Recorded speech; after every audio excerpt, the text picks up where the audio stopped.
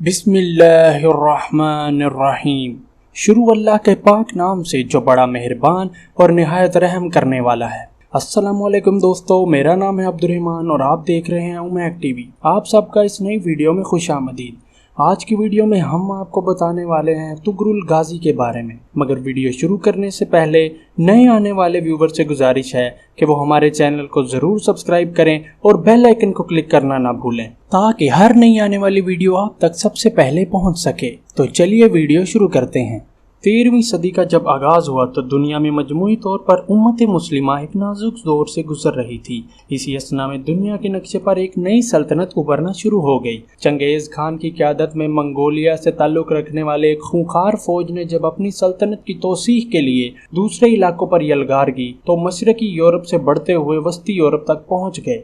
دوسری طرف سائبیریا، برصغیر چین اور خطہ فارس تک اپنی طاقت کا لوہا منوانے میں جلد ہی کامیاب ہو گئے۔ منگول فوج نے ظلم اور بربریت کی جو داستانیں رقم کی وہ رہتی دنیا تک اپنی مثال آپ ہیں۔ منگولوں کے مظالم کے آگے دنیا کی تمام بڑی سلطنتیں دم توڑ رہی تھیں۔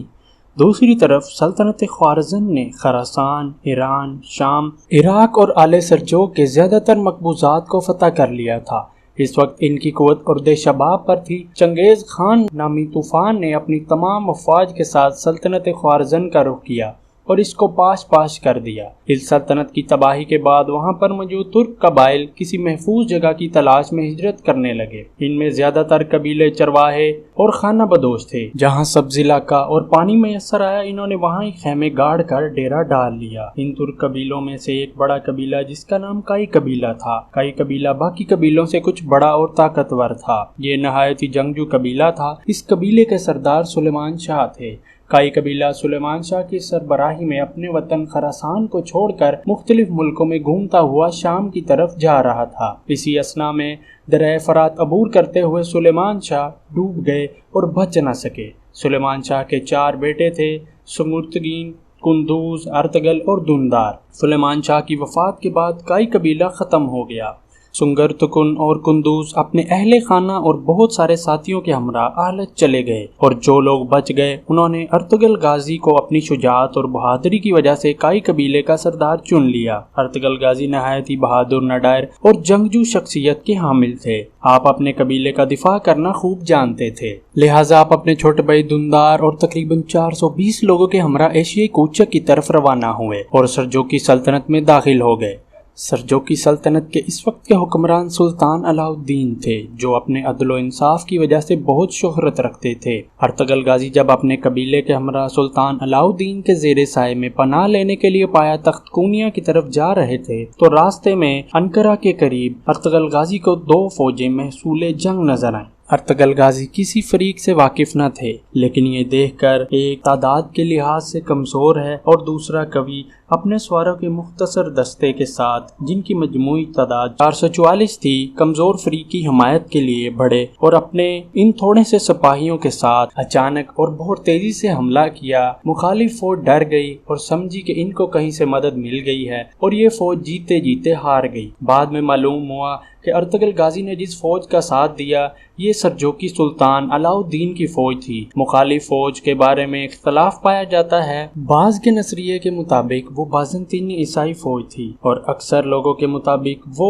تاتاری تھے۔ سلطان علاء الدین ارطغرل غازی کی اس بہادری سے بہت خوش ہوئے اور آپ کے قبیلے کو اپنی سلطنت میں انقرہ کے قریب کراجداہ کا علاقہ دیا۔ یہ ایک پہاڑی علاقہ تھا۔ کائی قبیلہ یہیں آباد ہو گیا۔ یہ کہا جاتا ہے کہ سلطان علاء الدین نے یہ علاقہ کائی قبیلے کو اس لیے دیا تاکہ بازنطینیوں کی طرف سے کسی بھی حملے سے بچا جا سکے اور سرجوگی سلطنت کی سرحد اس طرف سے محفوظ ہو جائے۔ سلطان نے ان کو اجازت دی کہ سرحد کے ساتھ ساتھ علاقوں کو فتح کریں اور ان کو سلطنت میں شامل کریں۔ یہ علاقہ بازنطینی سلطنت کے بالکل ساتھ جڑا ہوا تھا۔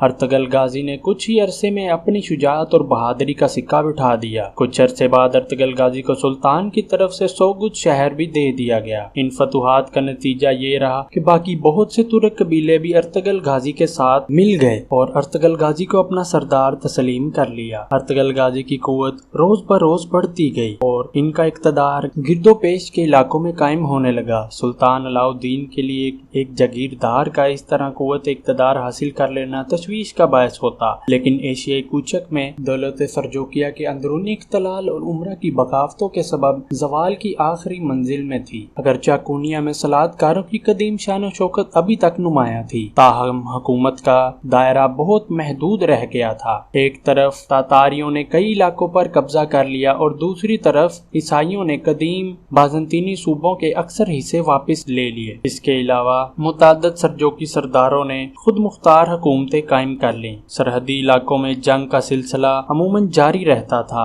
اور تاتاری حملوں کا خطرہ کبھی دور نہیں ہوتا تھا۔ ایسی حالت میں ارتگرل جیسے بہادر سردار اور نائک کی فتوحات سے علاء الدین کو بجائے تشویش کے ایک اطمینان ہوا اور اس نے ارتگرل غازی کو مزید انعامات سے نوازا۔ چنانچہ جب پنیشیر اور برسا کے درمیان ایک جنگ میں ارتگرل غازی نے سلطان علاء الدین کے نائک کی حیثیت سے تاتاریوں اور بازنطینیوں کی ایک فوج کو شکست دی تو سلطان اس کے صلے میں اس کے شہر کو بھی ارتگرل غازی کی جاگیر میں دے دیا اور پوری جاگیر کا نام سلطانونی رکھا اور ارتگرل غازی کو اپنے بھیروال دستے کا سپہ سالار مقرر کر دیا۔ اس وسیع علاقے میں بکثرت چراگاہوں اور زرخیز زمینوں کے علاوہ اور کئی قبیلے بھی تھے، لیکن سلطانونی کے اکثر حصوں پر خود سر امیروں کا قبضہ تھا اور ان جاگیروں پر اپنا سلطنت قائم کرنے کے لیے ارتگرل غازی اور ان کے بعد ان کے بیٹے عثمان غازی کو بہت دیر تک جنگ کرنا پڑی۔ 1281 عیسوی اور بعض کے نزدیک 1288 میں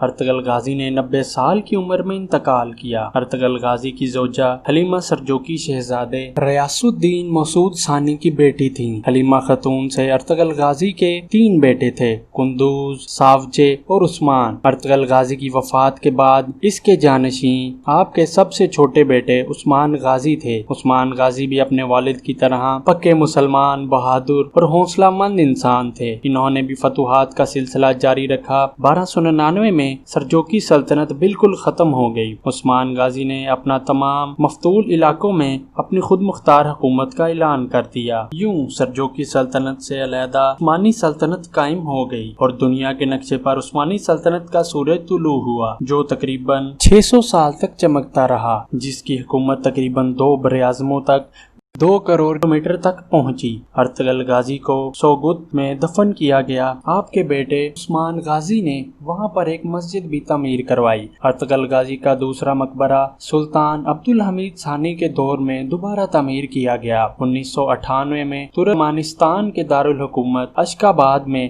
آپ کے اعزاز میں ایک ارتگرل غازی مسجد بھی تعمیر کی گئی۔ دوستو، اللہ تعالیٰ آپ سب کو اپنے سائے میں رکھے، آپ کی دنیا اور آخرت بہتر فرمائے۔ اگر آپ کو یہ ویڈیو پسند آئی ہو، چینل کو سبسکرائب، ویڈیو کو لائک اور بیل آئیکن کو کلک کرنا نہ بھولیں، اور ہمیں ہمارے سوشل پیجز فیس بک، انسٹاگرام اور ٹویٹر پر ضرور فالو کریں۔ ملتے ہیں آپ کو نیکسٹ ویڈیو میں۔ اللہ حافظ۔